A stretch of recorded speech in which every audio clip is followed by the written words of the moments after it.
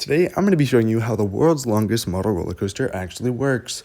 I got a lot of questions about my launch and my switch track and the pulley system, so I'm going to dive right into the launch first and all the mechanics of that, and then I'll jump right into how the switch track and pulley system of that entire spike and switch track works. All right, let's go into it.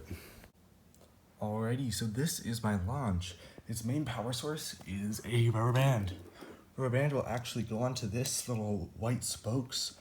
Just pick one on both of them, and then to get it down to track level so when it releases it can catch, the rubber band just goes under these little green rods, just like that.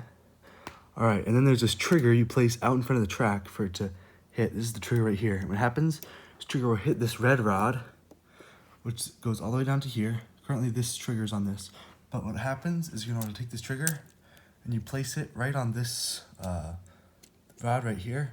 And what happens is when the car hits this trigger, the red rod surges forward and knocks that blue rod off of that corner right there, and it allows the whole thing to spin, releasing the rubber band and launching.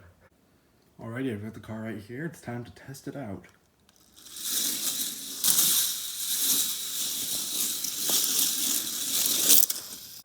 It really does work, and it also launches in a really short period of time. Rubber band gets stopped right here, and it starts launching from about right here. So from here to here, it gets it up to this spot, and that's pretty minimal power considering what the launch can do. All right, let's see if we can get any cool slow-mo shots of this launch in action.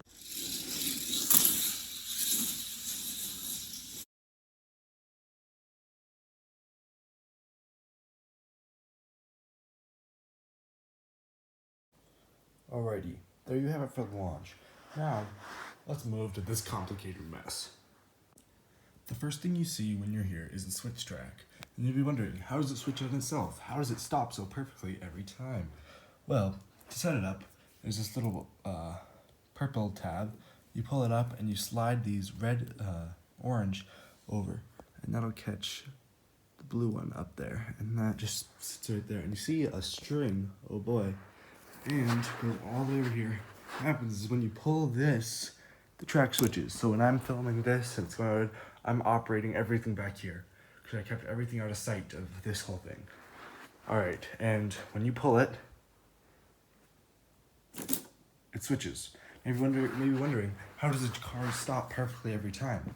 Well, there is this stop thing that actually stops it, but usually it'll just bounce off. That's why there's this tab right here that the wheels hit into, and after about 2 wheels go through it, just stops dead. And also, there's some brake fins, but for the most part, it sort of gets stuck right there. Anyway, once it switches, the next part you may be confused about is how does it connect up. There's a simple job of magnets. There's a hot glued magnet that used to be 2, but the other one fell out and it still worked without it, so I didn't bother changing. And how does this thing drop, you may ask?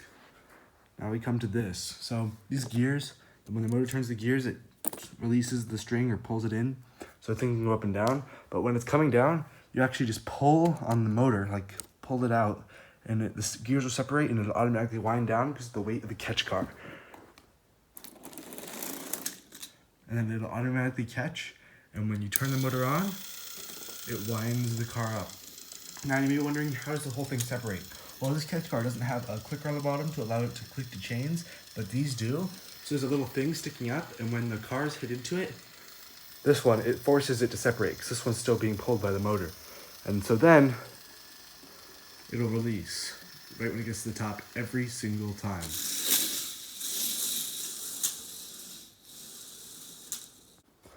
Alrighty, thanks for watching, and if you want to see the whole thing running, check out my last video. It shows you the entire cycle in all of its glory. Make sure to subscribe for more epic builds, and I will see you next time.